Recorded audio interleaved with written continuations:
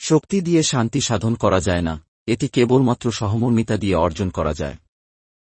জীবন হল সাইকেল চালানোর মতো, ভারসাম্য বজায় রাখতে হলে অবশ্যই সামনের দিকে চলতে হবে। 3. মহৎ ব্যক্তিরা সব সময় ভয়ানক বাধার সম্মুখীন হয় সংকীর্ণ চিন্তার মানুষদের কাছে থেকে।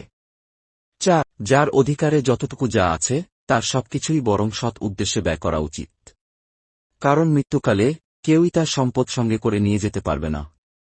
5. অন্যের অটোগ্রাফ সংগ্রহ করে সময় নষ্ট না করে নিজেকে বরং উপযোগী করে তোলো, যাতে অন্যেরা তোমার অটোগ্রাফ সংগ্রহ করে। 6. আমার আগের ব্যর্থতা থেকে একটা জিনিসই শিখতে পেরেছি, সফল হওয়ার আগ পর্যন্ত চেষ্টা চালিয়ে যেতে হবে। 6. সফলতা আর ব্যর্থতা জীবনেরই অংশ। বন্ধু, আরও নতুন কিছু শিখতে চাইলে সাবস্ক্রাইব করুন জীবন দর্শন অ্যাক্সেস 2 চ্যানেলটিকে পরিচালনায় মোন্নাহব হাসান।